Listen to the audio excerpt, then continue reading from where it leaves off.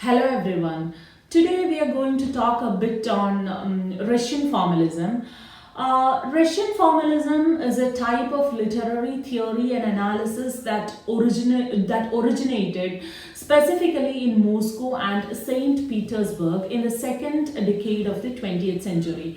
Russian literature, though it did have most of them were classics, was not much familiar to the familiar to the public as Western literature was, as English literature was. So, as far as Russian criticism was concerned, Russian criticism of the previous century were purely didactic and moralistic in nature. So it was to this critical juncture where criticism was considered purely didactic and moralistic terms that Russian formalism came in as a radical critical discourse, breaking all the prevailing modes of critical inquiry.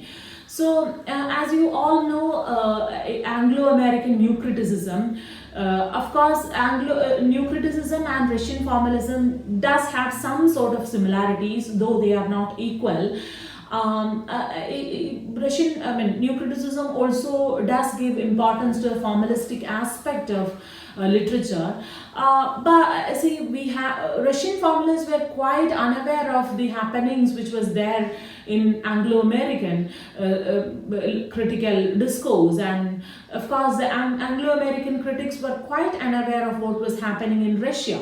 So it was only when the formalists like Roman Jakobson began to get translated into English that the Western world saw Russians with this new discourse altogether.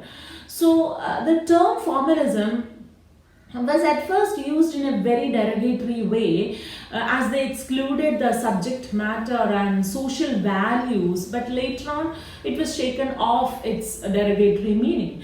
Russian formalism had its beginnings with the establishment of Opoyas, which is a Petersburg society for the study of poetic language, and the Moscow Linguistic Circle, and the discussions that emerged amongst these groups. The leading representatives of this movement were Boris Eichenbaum, Viktor Shklovsky, Jan Mukarovsky, Yuri Tynyanov, and Roman Jakobson. Later, this critical mode was suppressed by the Soviet Republic and the rise of Stalinism in 1930s, that they had to shift their center to Czechoslovakia and also made home with the members of Prague Linguistic Circle, which of course included Jakobson, Mukarovsky, and Rene Wellek. Later in 1940s, they also continued their work in the American universities as well. Though the historical and political climate was not conducive enough, or the historical and political climate did put an end to the intellectual developments in Russia, this movement, Russian formalism, was quite influential in other theoretical discourses like structuralism, stylistics, narratology, etc. Now, what is Russian formalism? A Russian formalism, for a definition's sake, I would say Russian formalism is a kind of criticism which focuses on the form of a work and not the content of the work. So both Russian formalism and New Criticism are formalistic, as both of them talk about the poetic object being an organic unity of its own, which, as we talked about, Coleridge and Aristotle also had this point. And but New Criticism, the difference is that New Criticism explores the relationship between art and life, whereas formalism keeps art and life apart. And formalism, like New Criticism, was also a reaction against the biographical, sociological, historical determinism and positivism as well. They also rejected the symbolists who considered language as only as a medium. They were again against the impressionistic and subjective practices which was prevalent in the criticism at that time. Now, formalism views literature as a specialized use of language, and formalist critics provides us with a distinction between literary language and ordinary language, that is the poetic language and practical use of language. Now, what does this ordinary language do? Ordinary language gives you information. It imparts a message. And of course, message is very much important because the aim of communication in ordinary language is imparting the message. Now, what about literary language? Literary language is self-focused. It focuses on itself, its formalistic aspect, its language, it's self-referential. It draws attention to itself, its formal features. It draws attention to the qualities and internal relations of the linguistic science. Now, the linguistics in literature, that is important. The linguistics in literature, the formalistic aspect in literature is what is important for formalist critics. Now, the linguistics in literature is oriented towards producing literariness. Now, what is this literariness? As Roman Jakobson puts it, I quote, "The object of study in literary science is not literature but literariness." So our object of study, being formalist, is not literature but the literariness. That what is literariness? That which makes a work a literary work, unquote. That which makes a work a literary work. Those qualities which make a work a literary work is called literariness. And poeticity, again I quote, poeticity according to or for Roman Jakobson is present when a word is felt as a word. A word should be felt as a word, not as a representation of an object being named. It should not represent, it should not be used as a representation of an object name or an outburst of an emotion.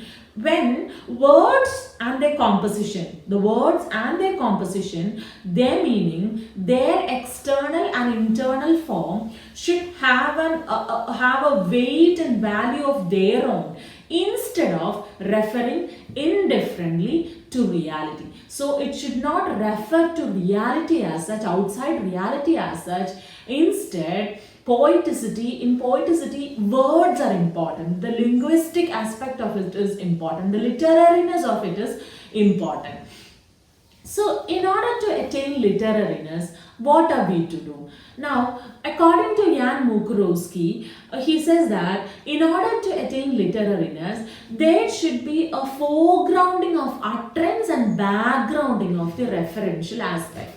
Now, what is this foregrounding and backgrounding? Why do you foreground the linguistic medium? There should be the foregrounding of utterance. So, why should we foreground the linguistic medium?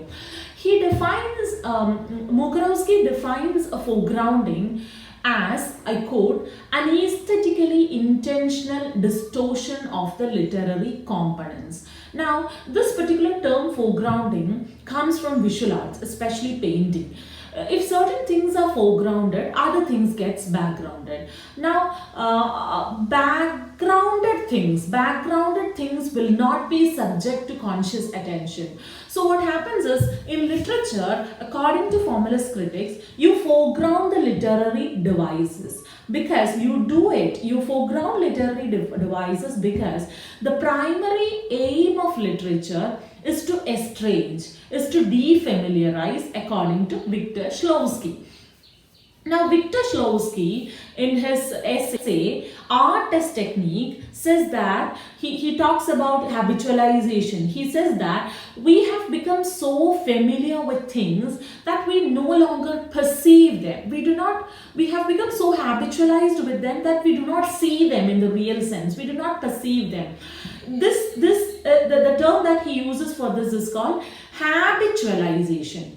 Now, literature, what does literature do is, literature has the ability to see the world anew and to make that which has become so familiar to us, or to make that which has become so automatized in us, or to make that which has been so overexposed to us, to make all these things, automatized, familiar things, strange again. by calling attention to its linguistic aspects. Wow, this is beautifully written. This is beautifully linguistically represented. Now, instead of merely registering things subconsciously, what happens is we look at it once again. We look at it once again, and we would be able to, because it is defamiliarized, we would be able to see the world again in its full splendor by the way of defamiliarization. So it is only defamiliarization which is able to make the stone which we have seen, which we have so habitualized with stoning. So it makes a stone. To gain literariness, they sought defamiliarizing of common language, by which there would be a renewed and fresh way of looking at the world. Now, how do you defamiliarize? Of course, we defamiliarize using lots and lots of devices, right? By forms of repetition, by rhyme, by rhythm, by meter, all the kinds of literary devices that are used in literature. I mean, all these literary devices, what are they doing? They are drawing attention to themselves. They constantly remind us that what we are dealing with is language. We are dealing with language and not the real world. If we are dealing with the real world, we can of course have straightaway communication. We can of course focus on the message. But it is not, we are not dealing with the real world. We are dealing with language. We are dealing with the linguistic science. So, linguistic science should draw attention to itself. And as Jacobson says, poetry is always I quote, poetry is an organized violence committed on ordinary language, unquote. Defamiliarization is done by disrupting the modes of ordinary linguistic discourse, and literature makes strange the world of everyday perception and renews the reader's lost capacity for freshness. Now, it is this poetic devices or the deformation of these poetic devices and artistic instruments which actually creates an aesthetic effect in writing. So the function of art, according to the formalist critics, is to make us see things. It is the function of art is to make us see things, not to know them. So it defamiliarizes what has already become automatized or habitual. Okay. Now, Boris Tomaszewski in 1925 presented the concepts of fabula and sujet. Fabula and sujet, these are the two concepts that Boris Tomaszewski presented to the question of how to distinguish between the language of fiction from ordinary language. The difference between the language of fiction and the language of ordinary language, according to Boris Tomaszewski, is more in presentation than in language. So it is presentation, it is the arrangement which is important than the language as such. So he introduced, fabula was introduced by Victor Shklovsky. So Boris Tomaszewski presents to us these concepts of fabula and sujet. Fabula is a straightforward account of something, right? The elemental, material, or the chronological sequence of events, or what do you say, what actually happened, the bare bones of the story, right? If you're taking a detective fiction, for example, to let you understand in simple ways, if you're taking a detective fiction, you have this murder and the murderer and the reason, right? That is the raw material, that is the bare bone of the story. Now, what happens in sujet is that sujet is the concrete representation used to convey the story. So you have different umpteen number of methods by which you can let the reader know what is the reason behind this murder, who killed whom and why. Now, this concrete representation which is used to convey the story, or the order of representation, or we can say the plot, is called sujet. So fabula gets manipulated. So sujet is the manipulation of fabula. It is Suje which defamiliarizes the fabula to create a suspense. If it is a detective novel, for example. So you can have, as I told you before, you can have one fabula and umpteen number of sujes as per your imagination. Okay, so E.M. Forster, in his aspects of the novel, makes this distinction clear. He says that a plot is a narrative of events where the emphasis falls on causality. It's how the reader learns of the action. It is how the reader learns of the action. The reader learns of the action only at the end, right? So Suje defamiliarizes fabula. And the writer, the poet, or any writer for that matter, uses his raw material, that is fabula, rearranges it, reshapes it, or gives it a beautiful shape by the use of all sorts of literary devices. And it is these literary devices which helps in defamiliarizing the fabula and the production of the suje, and this is the hallmark of poetic language. This is how a literary work comes out. So the importance that they place, the importance that the formalistic critics place on the linguistic aspect of it, the linguistic devices, of course, connects formalism to structuralism.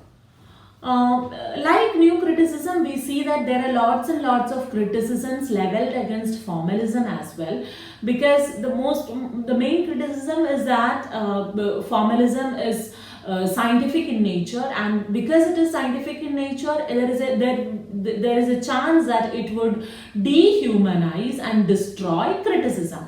So in formalism, individual art is not given importance, whereas the underlying formalistic structures or formalistic aspect, the linguistic devices are taken into consideration, which of course connects formalism to structuralism, to narratology, etc. But then this view is invalidated by reader response critics. And to wind up, we would say that formalism and new criticism, both of them concentrate on the formalistic aspect of literature. Whereas, new critics, they focus on they go for this close scrutiny of the formalistic aspect, which would reveal the complex of oppositions and tensions that constitutes the poem's real meaning. But formalism ignores this meaning altogether. Formalism ignores literature's referential function. Formalism ignores literature's relationship, or the way literature directs us to the world we live in. So we can say that formalism, it's much more formalistic than new critics. So it is formalism which gives a literary work much more of an autonomous status than new criticism does. Thank you.